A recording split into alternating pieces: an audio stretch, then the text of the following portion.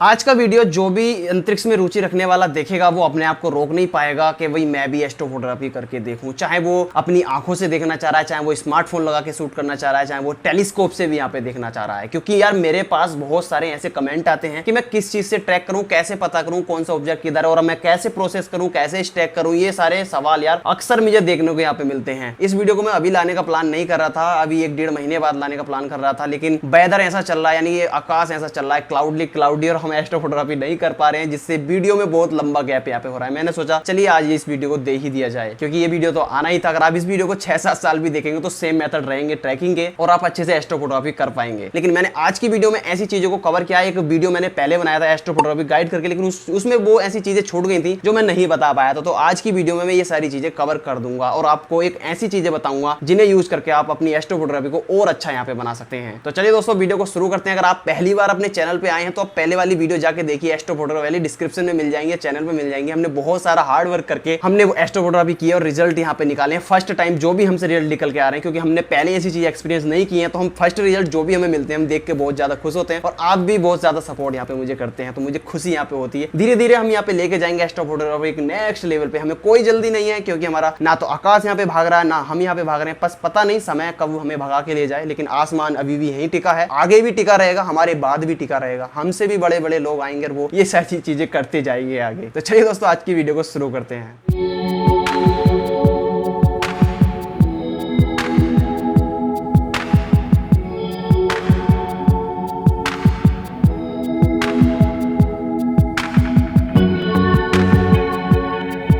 अब दोस्तों यहाँ पे एस्ट्रोफोटोग्राफी वर्ड आपने तो सुना है, लेकिन इस चिड़िया को कभी आपने देखा नहीं है और आप इसे देखना चाह रहे हैं। तो दोस्तों यहाँ पे आपको मैं बता दूं, जो हमारे एस्ट्रोनॉमर्स होते हैं, जो एस्ट्रोफिजिसिस्ट होते हैं, वो इतना ज्यादा हार्ड वर्क करते हैं, बड़ी बड़ी ऑब्जर्वेटरी में अपनी जॉब करते हैं और हमें ऐसे कंटेंट को देते हैं जिन्हें हम एस्ट्रोफोटोग्राफी करके शूट करते हैं, फोटोग्राफ करते हैं उनको। हमें तो पता है कि कौन सी चीज कहाँ पर है, हमने उस तरफ अपना गो टू माउंट में एंटर किया और वो घूम गया टेलीस्कोप और हमने उसको कैप्चर कर लिया और फाइनल रिजल्ट दिखा दे हाँ भाई हम एस्ट्रोफोटोग्राफर हो गए, हमने उस चीज को कैप्चर कर लिया। लेकिन असल दुनिया में दोस्तों जो एस्ट्रोनॉमर्स होते हैं वो ऑब्जर्वेटरी में ऐसी जगह पॉइंट करते हैं उन टेलीस्कोप को जिन्हें उन्हें पता भी नहीं होता है कि हम आज क्या कैप्चर यहाँ पे करने वाले हैं। जैसे हमारा हबल स्पेस टेलीस्कोप है और हमारा जेम्स वेब स्पेस टेलीस्कोप है, वो भी इसी तरह से काम कर रहा है। पता भी नहीं होता है कि भाई हमें किस तरफ क्या चीज यहाँ पे मिल जाएगी, और जब वो मिल जाती है तो वो कंटेंट हमारे पास दे देते हैं वो साइंटिस्ट, और हम उसको अपने द्वारा जो भी हम कर पाते हैं उसे कैप्चर करते हैं, यानी एस्ट्रोफोटोग्राफ करते हैं। तो आप इस लेवल से ही समझ सकते हैं एस्ट्रोफोटोग्राफी जब हम करते हैं तो कितने ज्यादा एफर्ट्स यहाँ पे लगाने पड़ते हैं। तो आप यहाँ पे ये समझ सकते हैं जो एस्ट्रोनॉमर्स हैं जब वो अपनी ऑब्जर्वेटरी में ऑब्जर्वेशन करते हैं तो उनको कितनी ज्यादा डिमोटिवेशन का सामना करना पड़ता हो, क्योंकि उन्होंने 10 घंटे के लिए 5 दिन के लिए अपने टेलीस्कोप को, जो ऑब्जर्वेटरी बड़े बड़े टेलीस्कोप पे पॉइंट कर दिया और उनके हाथ कुछ भी नहीं लगता है, तो उनका यार कितना ज्यादा डिमोटिवेशन होता होगा। हम तो फिर भी अच्छे हैं, जो डेटा हमें मिला हुआ उस डेटा पे हम यहाँ पे काम कर रहे हैं। तो आप यहाँ पे समझ सकते हैं दोनों में कितना ज्यादा डिफरेंस है यार यहाँ पे। अब दोस्तों अगला यहाँ पे स्टेप आता है नेविगेशन। अभी मैंने आपको पीछे बताया जो एस्ट्रोनॉमर्स हैं वो पॉइंट करते हैं और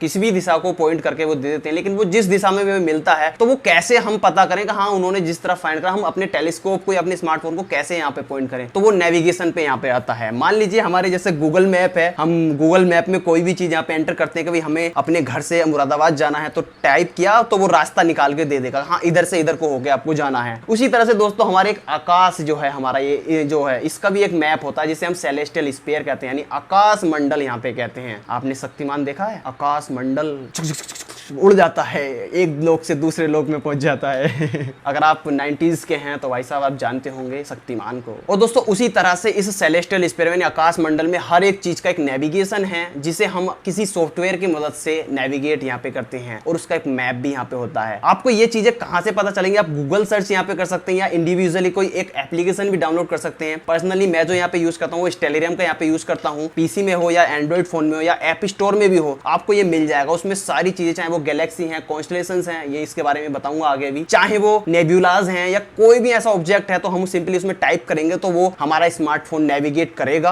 कि आप इधर घुमाइए, क्योंकि कंपास सेंसर उसमें लगा होता है तो हमारा बताता रहता है कि इस दिशा में जो भी हमारा सेलेस्टियल स्फीयर में चमक रहा है, जो इन्फॉर्मेशन चमक रही है वो इसी दिशा में हमें देखने को मिलेगी। अगर हमारे पास गो टू माउंट्स होते हैं तो वो ऑटो गाइडिंग करके ऑटोमेटिकली उसे प्लेट सोल्विंग वगैरह के थ्रू कैमरा अपने आप करता है और कैप्चरिंग यहाँ पे करता रहता है। तो वो एक बहुत ईजी वे यहाँ पे होता है। अगर हमारे पास मैनुअल ट्रैकिंग है सारी चीजों में में अगर मान लीजिए हमारे पास 6 मैग्नीट्यूड की लाइट आ रही है, क्योंकि हमारी आंखें 6 मैग्नीट्यूड तक देख सकती हैं, तो हम अपने छोटे मोटे टेलीस्कोप से भी उन्हें आराम से अपना स्मार्टफोन लगा के कैप्चर यहाँ पे कर सकते हैं। लेकिन इससे ऊपर की जो मैग्नीट्यूड वाली लाइट होती है उसके लिए हमें लॉन्ग एक्सपोजर्स यहाँ पे लेने होते हैं और गो टू माउंट्स की भी हमें यहाँ पे जरूरत पड़ने लगती है, क्योंकि हमारा सेलेस्टियल स्फीयर, हमारी अर्थ घूम रही है, जिससे हमारा सेलेस्टियल स्फीयर हमें घूमता हुआ दिखाई देता है, क्योंकि हम टेलीस्कोप को अपने अर्थ पे रख के यहाँ पे कर रहे हैं। तो हमारे अर्थ के साथ साथ टेलीस्कोप भी घूमता है, जिससे हमें स्टार्स के अगर हम शूट करें तो उसकी ट्रेल्स हमें यहाँ पे दिखाई देती है। तो इसीलिए हमारे गो टू माउंट्स होते हैं जो लॉक कर देते हैं सेलेस्टियल स्फीयर के साथ में। अर्थ भले ही घूम रही है तो वो उस ऑब्जेक्ट पे लॉक हो जाएगा, इसलिए हमें स्टार ट्रेल्स यहाँ पे नहीं देखने को मिलती है किसी भी ऑब्जेक्ट की। ये बहुत लंबे लंबे टॉपिक है, अभी धीरे धीरे आगे आपको पता लगता जाएगा। अब यहाँ पे बहुत बड़ी प्रॉब्लम आती है उन लोगों के साथ में जिनके पास एक बजट लेवल का स्मार्टफोन है। उनको एप्लीकेशन डाउनलोड कर तो लेते हैं और ओपन भी हो जाता है, लेकिन उनमें कंपास सेंसर नहीं होता है, तो वो कैसे घुमा के पता लगाएं कौन सा ऑब्जेक्ट किधर है। अब ये सबसे बड़ी वाली दिक्कत होती है। तो दोस्तों यहाँ पे सिंपली आपको किस तरीके से ट्रैक करना है, 4 दिशाएं हमारी होती है, ईस्ट, वेस्ट, नॉर्थ और साउथ। इन चारों दिशाओं में से किसी भी साइड से अगर कोई ऑब्जेक्ट राइज हो रहा है तो आप सिंपली उस तरफ को आप पॉइंट कर दीजिए अपना कैमरा, स्मार्टफोन, टेलीस्कोप नहीं, टेलीस्कोप में एक छोटा फील्ड ऑफ व्यू आता है, उसे तो आपको फाइंडर स्कोप से ही कैप्चर यहाँ पे करना होगा। मैं स्मार्टफोन की बात कर रहा हूँ। अब मान लीजिए वो दोनों के बीच में, जैसे 2 दिशाएं हैं उनके बीच में से राइज यहाँ पर है, मान लीजिए नॉर्थ वेस्ट के बीच में से राइज हो रहा है, तो हम उसे कहेंगे नॉर्थ वेस्ट एरिया बोलेंगे, यानी बीच सेंटर पे आ रहा है। और नॉर्थ वेस्ट के साइड हमें थोड़ा सा नॉर्थ के साइड हमें पोलरिस भी हमें देखने को मिलता है, जो हमारा पोल स्टार यहाँ पे होता है। इस तरह से आप नेविगेट यहाँ पे कर सकते हैं। और दोस्तों यहाँ पे उन लोगों के लिए यहाँ पे बता दो जिनके पास स्मार्टफोन भी नहीं है, कुछ भी चीज ऐसे है नहीं, चार्ट भी नहीं है कोई फिजिकल यहाँ पे, तो वो कैसे पता करें। तो दोस्तों यहाँ पे आपने बहुत सारे ब्राइट स्टार यहाँ पे देखे होंगे, उनके ग्रुप्स को यहाँ पे देखा होगा जो आकृतियां बनाते हैं। आकृतियां मतलब कॉन्स्टेलेशन होते हैं, नक्षत्र होते हैं, उनको आपको पहचान करना है और आपको पता लग जाएगा कि इस वाले उसमें जैसे उर्सा मेजर है, विगडीपर जिसे हम कहते हैं, सप्तऋषि है जो 7 के आकार का, 7 इकाई आकार का यहाँ पे बनाता है, तो उसे हम पता कर सकते हैं। एंड्रोमेडा का गैलेक्सी को फाइंड करना है तो 3 आकार का, 3 जो होता है उसके आकार का जो सेकंड स्टार होता है उसके सामने जो इंडिकेट करेगा 2 स्टार्स के बीच में, वहां पे हमारा एंड्रोमेडा गैलेक्सी होगा। जस्ट उसके बॉटम में नीचे आएंगे तो हमारा ट्रायंगुलम गैलेक्सी एंड ट्रायंगुलम नक्षत्र भी यहाँ पे आपको देखने को मिल जाएगा। ऐसे हमारा ओराइन नेबुला को फाइंड करना है तो जो इस तरीके से 4 हाथ पांव लेके खड़ा है कॉन्स्टेलेशन है, ओराइन कॉन्स्टेलेशन जिसे कहते हैं, उसमें काफी सारे 3 स्टार एक साथ आपको देखने को मिल जाएंगे और नीचे बॉटम में 3 आकृतियां और यहाँ पे देखने को मिलेंगी जो ओराइन नेबुला में M41 यहाँ पे होता है। ये बहुत सारी है। इस तरह से आप तारों के ग्रुप को पहचानना पड़ेगा और आपको पता लग जाएगा कि हाँ इन तरफ ये वो ऑब्जेक्ट यहाँ पे आ जाएंगे। और अपने स्मार्टफोन को पॉइंट कर दीजिए आकाश में और लॉन्ग एक्सपोजर यहाँ पे ले लीजिए और यहाँ पे काम चल जाएगा।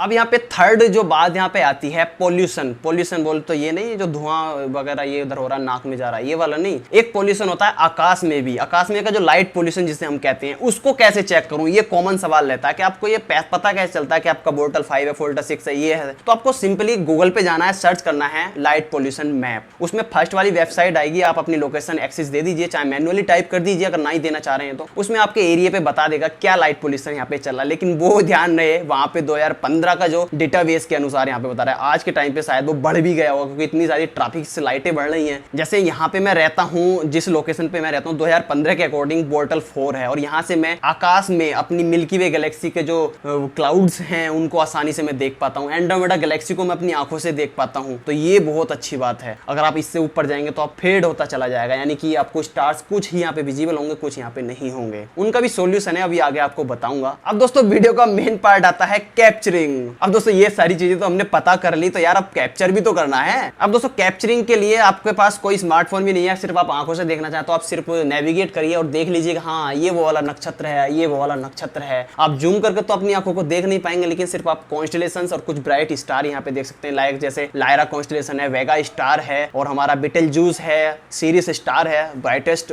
वस्तुएं हैं ये। तो और हमारा जैसे सनराइज हो रहा है उस टाइम पे हमारा कभी कभी वीनस राइज हो जाता है, 1 साल बाद सनसेट के सामने वो दिखाई देता है। तो ये ऑब्जेक्ट आप आंखों से विजुअल ऑब्जर्वेशन यहाँ पे कर सकते हैं। उसके बाद नंबर आता है स्मार्टफोन्स का। इसमें भी 2 कैटेगरी हैं, एक वो वाले हैं जिनका नॉर्मल सिंपल स्मार्टफोन है, उसमें लॉन्ग एक्सपोजर आप यहाँ पे नहीं ले सकते हैं, और एक वो वाले स्मार्टफोन है जिनमें आप लॉन्ग एक्सपोजर यहाँ पे ले सकते हैं, जिन्हें हम प्रो मोड या मैनुअल मोड के नाम से जानते हैं। भाई जिनके पास प्रो मोड नहीं है, मैनुअल मोड नहीं है, यानी कैमरा की सेटिंग्स के एक्सेस आप नहीं कर सकते हैं, तो आप यहाँ पे नहीं कर सकते हैं उस वाले स्मार्टफोन से। सिर्फ आप मून की फोटोग्राफ ले सकते हैं या कुछ ब्राइट स्टार को ही एक सिंगल शॉट में कैप्चर कर सकते हैं, लेकिन आप ज्यादा से ज्यादा स्टार कैप्चर नहीं कर पाएंगे अगर आपके पास प्रो मोड यहाँ पे नहीं है तो। अब दोस्तों यहाँ पे प्रो मोड में भी 2 चीजें यहाँ पे देखने को मिलती है। मैक्सिमम कितनी यहाँ पे हम लोग एक्सपोजर ले सकते हैं, मिनिमम मैं यहाँ पे बताऊंगा 10 सेकंड तो यहाँ पे शटर स्पीड होना चाहिए, ISO मिनिमम 1600 यहाँ पे होना चाहिए, और फोकस का भी हमें ऑप्शन मिलना चाहिए, लॉन्ग पे कर रखना है या डिस्टेंस पास पे यहाँ पे रखना है। तो उसमें आप एक एवरेज स्टार्स को यहाँ यहाँ पे कैप्चर यहाँ पे कर सकते हैं। अगर आप हाई एंड कैमरा यहाँ पे यूज कर रहे हैं, जैसे मान लीजिए DSLR वगैरह हैं, तो उनके जो पिक्सल्स होते हैं सेंसर पे, वो पिक्सल्स बड़े होते हैं और सेंसर साइज भी बड़ा होता है, जो कम शॉट में मान लीजिए 5 सेकंड में भी उन डिटेल को कैप्चर कर लेता है, जिसने हम अपने स्मार्टफोन से 30 सेकंड के एक्सपोजर में यहाँ पे लेते हैं। तो वो कैमरा भी काफी अच्छे होते हैं। स्मार्टफोन की मैं बात करूं, जो हाई एंड लेवल के स्मार्टफोन होते हैं उनमें 32 सेकंड या 34 सेकंड का शटर स्पीड आता है, 6400 का ISO भी यहाँ पे जाता है। डिपेंड करता है आपके स्मार्टफोन में किस तरह का सेंसर यहाँ पे लगा हुआ है। मेरे स्मार्टफोन में 64 मेगापिक्सल का सोनी का सेंसर यहाँ पे लगा हुआ है, जो काफी अच्छे से स्टार्स को विजिबल करके दे देता है। अभी रिसेंटली मैं एक शहर में गया था जहां पास है मेरे मुरादाबाद, कुछ लोग मुरादाबाद से भी देख रहे हैं शायद मुझको, तो वहां पे मैंने वोर्टल 6 यहाँ पे आता है उसका लाइट पॉल्यूशन स्केल, वहां से मैंने एंड्रोमेडा गैलेक्सी को शूट किया था। कैसे वो भी आगे आपको मैं बताऊंगा। अब यहाँ पे मैं जो सेटिंग्स यहाँ पे अपनी वीडियोस में बता देता हूँ, आप वही सेटिंग यूज करते हैं और आपके कभी कभी वो ज्यादा प्रायोरिटी भी यहाँ पे हो जाता है, ज्यादा फेड भी यहाँ पे हो जाता है। तो दोस्तों यहाँ पे आपको सेटिंग्स को अपने हिसाब से एडजस्ट करना होगा, फोकस कहाँ पहुंच रहा है, पॉल्यूशन कितना है कितना नहीं है। सिर्फ आपको मल्टीपल सोर्स लेने हैं 10-15, जिनमें आपको सेटिस्फैक्शन मिले कि हाँ यहाँ पे आके हमारा रिजल्ट सही आ रहा, तो वहीं पे आप कैप्चरिंग करेंगे। मेरी बताई हुई सेटिंग्स पे आप अच्छे से रिजल्ट नहीं ले पाएंगे, कुछ ले भी पाते हैं क्योंकि यहाँ की सिचुएशन और वहाँ की लाइट पॉल्यूशन की सिचुएशन सेम होंगी, तो उन सेटिंग्स पे अच्छे रिजल्ट आ जाते हैं। यहाँ डिफरेंट है लाइट पॉल्यूशन, वहाँ डिफरेंट है, तो मेरी बताई सेटिंग्स पे अच्छे रिजल्ट आ भी सकते हैं और नहीं भी आ सकते हैं। तो आप अपने हिसाब से एडजस्ट कीजिए इन चीजों को और कैप्चर यहाँ पे कीजिए। अब सबसे बड़ी गलती यहाँ पे कुछ लोग क्या करते हैं, प्रो मोड को जिन्होंने आज तक यहाँ पे यूज नहीं किया है, सेटिंग्स को एडजस्ट करा और 16 सेकंड या 20 सेकंड का एक्सपोजर लगा दिया और यहाँ पे फोटो क्लिक करने लग गए हाथ से पकड़ के। अब भाई जब शटर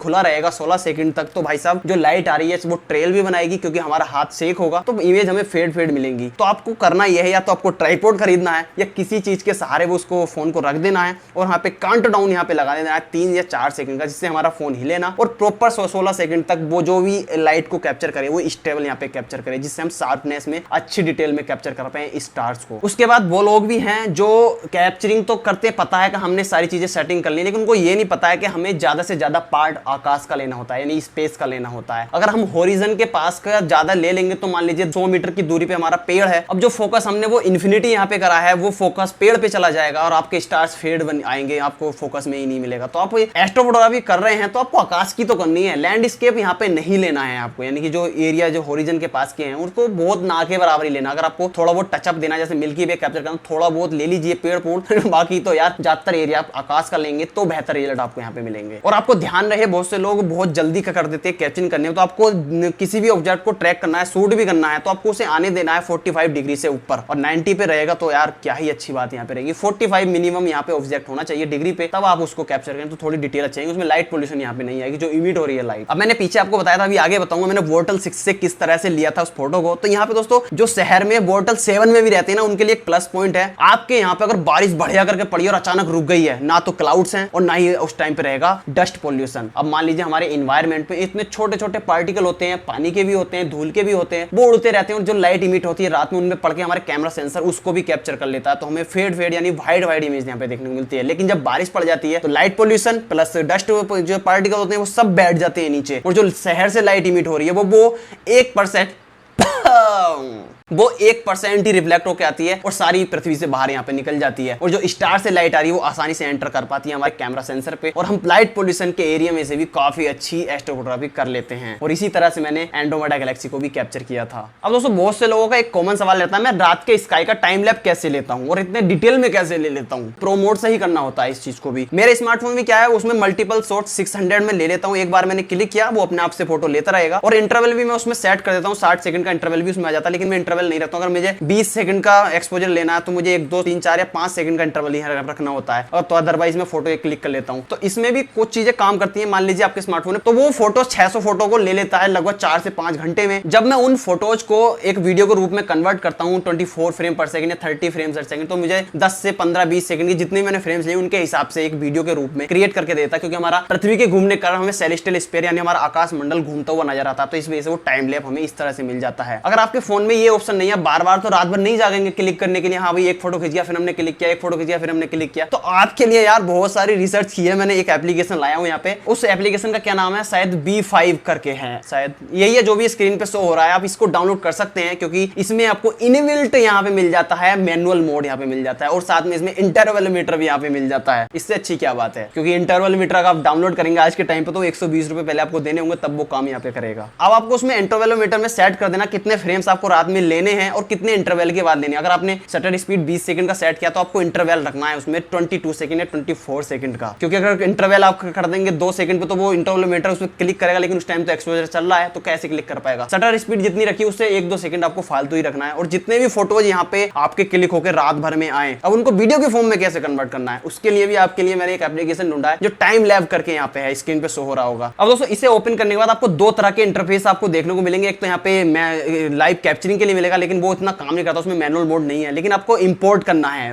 फोटोज को, तो आपको सारी फोटोज इंपोर्ट कर लेनी है। और यहाँ पे अगर आपने प्रीमियम वर्जन लिया हुआ तो 4K तक एक्सपोर्ट कर सकते हैं, नहीं तो आप 720p तक ही एक्सपोर्ट कर सकते हैं। और यहाँ पे आपको वीडियो फुटेज कुछ इस तरह से यहाँ पे मिलेगी, आप देख सकते हैं नो वाटर मार्क, यहाँ पे कोई वाटर मार्क नहीं आएगा, तो काफी अच्छा है। इस तरीके से आप टाइम लैब भी यहाँ पे ले सकते हैं। उसका जैसे हम प्लैनेटरी की ऑब्जर्वेशन यहाँ पे कर रहे हैं, किसी प्लैनेट को स्टडी यहाँ पे कर रहे हैं, तो उसके लिए हमारे 4 एप्लीकेशन ऐसे हैं जो आपको यूज करने जरूर चाहिए स्टैकिंग के लिए। अगर आपके पास पीसी है तो, स्मार्टफोन पे तो नहीं हो पाएंगे, अभी तक मैंने कोई एप्लीकेशन देखी नहीं है भी तो वो थर्ड पार्टी तरीके से, तो उसमें रिस्क है, तो मैं नहीं रिकमेंड करूंगा। पीसी अगर आपके पास है तो आपको यहाँ पे यूज करना है पिप को, यहाँ पे यूज करना है। उसके बाद आपको ऑटो स्टैकर 3 को यूज करना है। उसके बाद रेजिस्टेक्स 6 को यहाँ पे करना है। पिप का काम क्या रहता है, हमारी फुटेज हमारे पास गो टू माउंट तो है नहीं, तो मूव होता हुआ हमें ऑब्जेक्ट दिखाई देता है, तो उसे वो स्टेबल बनाता है, सेंटर पॉइंट पे आपके रोक के देता है फ्रेम को सारों को। उसके बाद हम उन फुटेज को उठा के रखते हैं ऑटो स्टैकर 3 में, जिन्हें वो फोटो के ऊपर फोटो, फोटो के ऊपर फोटो चिपका के इन सारे फोटोज की डिटेल को निकाल के एक फोटो के रूप में आपको आउटपुट यहाँ पे दे देता है। फिर हमें करना क्या होता है, कुछ सेटिंग्स थी इसमें, वो आगे कभी पता चलेंगी। उसको उठा के रेजिस्टेक्स 6 में आपको टचअप देना पड़ता है, शार्पनेस को